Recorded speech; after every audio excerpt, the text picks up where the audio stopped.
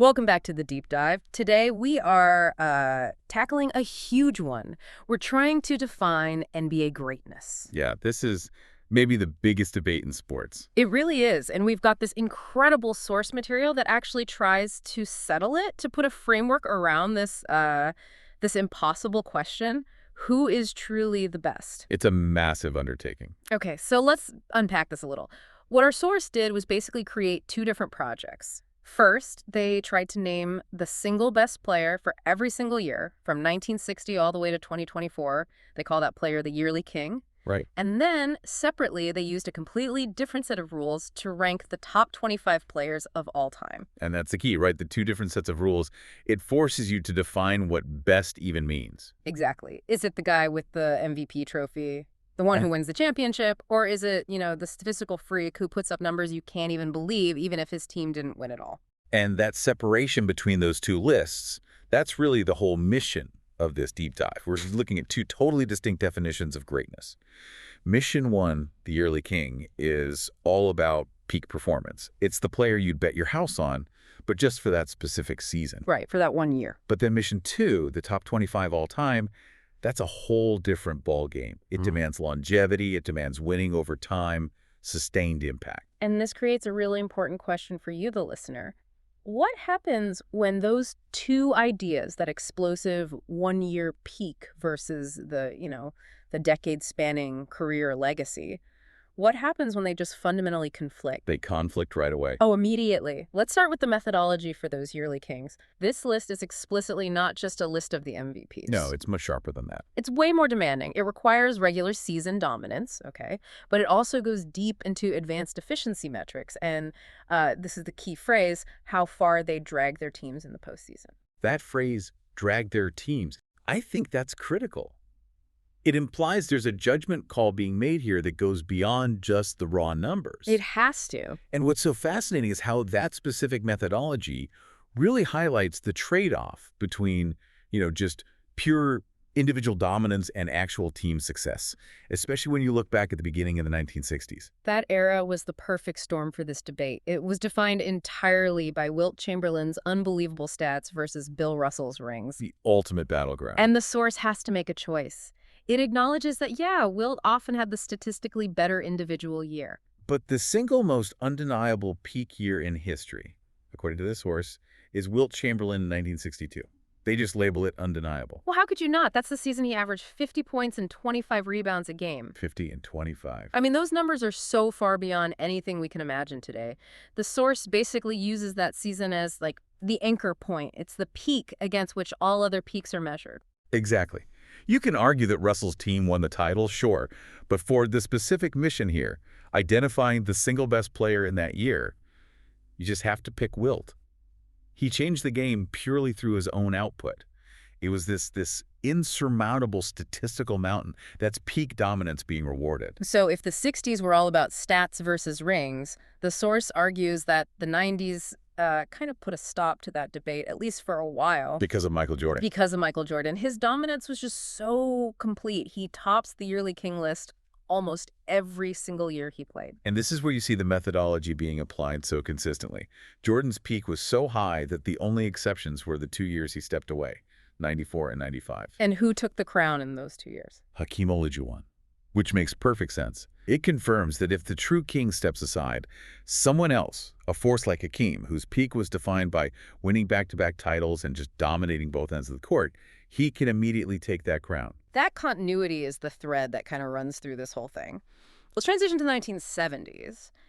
This was a really fragmented decade, with the ABA and the NBA splitting the talent pool. A messy era, for sure. It was messy, but despite all that chaos, there was one consistent, undisputed force: Kareem Abdul-Jabbar. And this is where the source's methodology really proves its worth. It's easy to just dismiss that decade as, diluted. But Kareem was named the yearly king in 6 out of the 10 years in that decade, from 71 to 77, and then again in 1980. That level of sustained individual output, especially during such a fragmented period, is exactly what the source is rewarding here. He wasn't just piling up stats. He was this island of consistent elite production when the whole league structure was unstable. And that leads us right into the 80s. The golden age. defined by the Magic and Bird rivalry and, of course, the arrival of Michael Jordan. The debate back then was endless, but our source actually singles out one specific season that it says stands above all the others, Larry Bird's 1986 campaign. And the description they use is so telling, they call it perhaps the greatest all-around peak season ever. What does that actually mean, though, in the context of this ranking?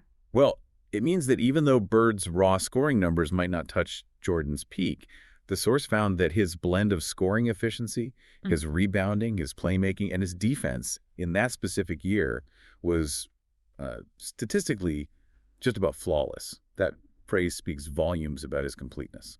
Okay, so then the emphasis shifts massively. We get into the 2000s, and we see this huge power shift characterized by Shaquille O'Neal's physical dominance in 2000 and 2001. Right. Coming right after the Jordan era, that must have just fundamentally changed how you analyze the game. What was the single biggest metric that Shaq just broke in those seasons? It was pure, unguardable efficiency right at the basket. The source calls his peak the most physically dominant since Wilt. I mean, Shaq just broke defenses with sheer size. But, and this is crucial, the metrics start to show this pivot away from just raw volume scoring toward true efficiency, even if it was just in the paint. Yeah. And that really set the stage for the analytical revolution that was coming. Which brings us to today, and this is where it gets really, really interesting, the rise of the modern efficiency monsters in the 2020s. We've moved so far beyond just points per game now. Oh, absolutely. The source explains that the global game, and especially advanced analytics, have completely taken over. And the prime example of this new archetype is Nikola Jokic's current run from 2022 to 2024. He embodies the new criteria perfectly. You have big men with guard skills, sure. But most importantly, he has what the source calls off-the-charts efficiency ratings. So the criteria shifted to reward players who produce massive volume without wasting possessions. It's about marrying high usage with, like, almost no turnovers. Exactly. And that transition is the perfect segue to part two of this, the all-time pantheon, the top 25 ranking. Now we're moving beyond that single glorious year. Right. This is about the marathon, not the sprint. We are now rewarding players who combined elite individual production with winning. And this list has three core non-negotiable criteria. And they explain exactly why certain players land where they do. First, efficiency. Okay. Which again, high PER, player efficiency rating, true shooting percentage, low turnover rates. These metrics basically measure how much you produce relative to the opportunities you get. Second. Winning percentage.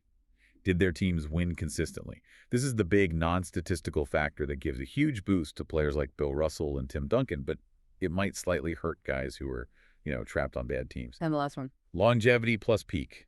You need sustained excellence over many years, but it has to be anchored by at least one ridiculously high peak. Okay, let's define a couple of those terms really quickly because they're so key to the modern way of looking at this. You mentioned PDR and BPM.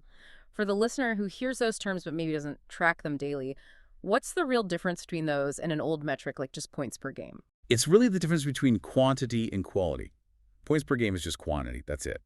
PER, player efficiency rating, tries to distill all of a player's contributions, scoring, rebounds, assists, steals, blocks, and then subtract the negatives, like missed shots and turnovers, into one single number. It measures your total positive impact per minute. And BPM. Box plus minus, BPM, is even more advanced. It estimates a player's contribution to the team's point differential per 100 possessions. Both of them are designed to filter out inefficient volume and just isolate positive value. Who makes the team better? That makes the Tier 1 discussion so much clearer. The undisputed three, Michael Jordan, LeBron James, and Kareem Abdul-Jabbar. Top of the mountain. Jordan is the ultimate blend. Highest career points per game and PER, two-way dominance, and of course, never losing in the finals. The ultimate winner. And LeBron is just the greatest accumulation of stats we will ever see, period. Combined with 20-plus years of winning and this unprecedented late career efficiency. And Kareem is the bridge between the two eras. He really is. 6 MVPs, 6 rings. He dominated the 70s on pure stats and efficiency, and then he turned around and dominated the 80s on winning. Sustaining that elite production across two totally different periods of the NBA, that's nearly impossible. So if we connect this to the bigger picture, the rankings in Tier 2 really show how important that winning percentage criterion is. Bill Russell is ranked number 4. Number 4. Why so high when modern analytics, which, are so heavily weighted toward offense, might put him lower? Because the source makes a very deliberate philosophical statement here. They say, if winning is a stat, Russell is the GOAT. Wow. He has 11 championships in 13 seasons. The source is essentially forcing historical context to reconcile with modern analysis by giving this enormous weight to defensive impact and the most fundamental success metric there is, championships. His effect on his team's winning percentage just can't be ignored, even if his offensive numbers aren't flashy. And that is the very reason he ranks ahead of Wilt Chamberlain, who comes in at number 6. The statistical god. Right, but the source's caveat here is so powerful, his massive stats didn't always translate to winning. Not until later in his career, when he started focusing more on defense and passing and actually took fewer shots. His dominance sometimes came at the expense of team optimization. That's a great way to put it, and that leads perfectly to Tim Duncan, ranked number 7. He is the very epitome of these all-time criteria. That really is. He had incredible efficiency, elite defense, and maintained what the source calls perhaps the most stable 19-year stretch of winning in modern sports history with the Spurs. Duncan never had that Wilt-like statistical peak, did he? No, but his sustained, consistent, efficient winning makes him the ideal player for a list that prioritizes legacy and team success above all else. Now let's look at the elite innovators in Tier 3, players whose games just fundamentally changed the sport and whose rankings are tied so heavily to those advanced metrics we were just talking about. Yeah. Stephen Curry, ranked number 12, is noted for his alien true shooting efficiency on high volume, which, I mean, it defined the Warriors dynasty and, let's be honest, changed basketball globally. Yeah. Forever. And when the source calls his true shooting percentage alien, what they mean is he maintained an efficiency that's normally reserved for, like, centers taking layups while he was shooting from 30 feet away from the basket. It's revolutionary. And right next to him is Kevin Durant at 13. And here's a ranking that really challenges the methodology. Given Durant's noted defensive impact and arguably the highest offensive efficiency for his position ever, why isn't he higher than 13? What is he missing, according to these criteria, compared to someone like Tim Duncan at 7? I think it comes down to longevity and that idea of continuous leadership on a single championship team.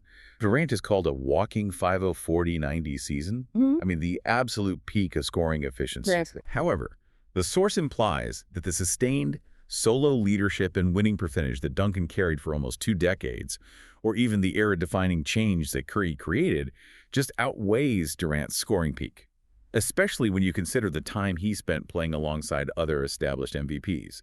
The criteria rewards that leadership continuity. That makes sense.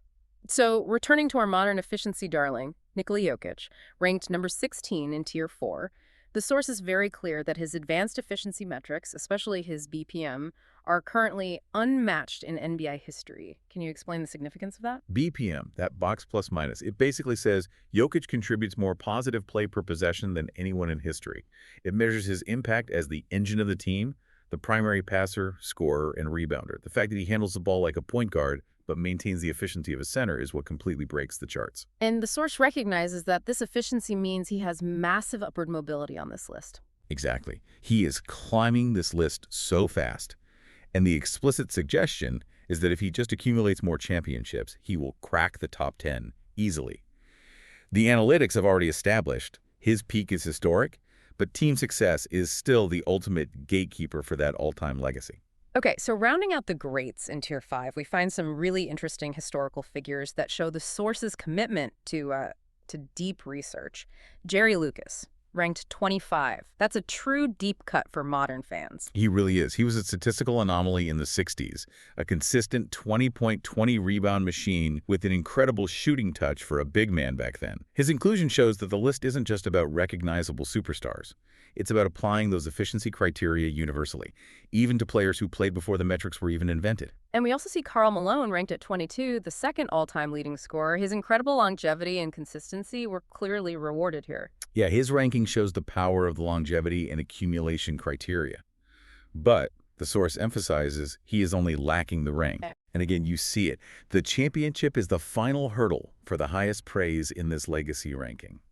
It's what pushes him behind players like Duncan and Russell, who have fewer individual awards but more team championships. So what does this all mean?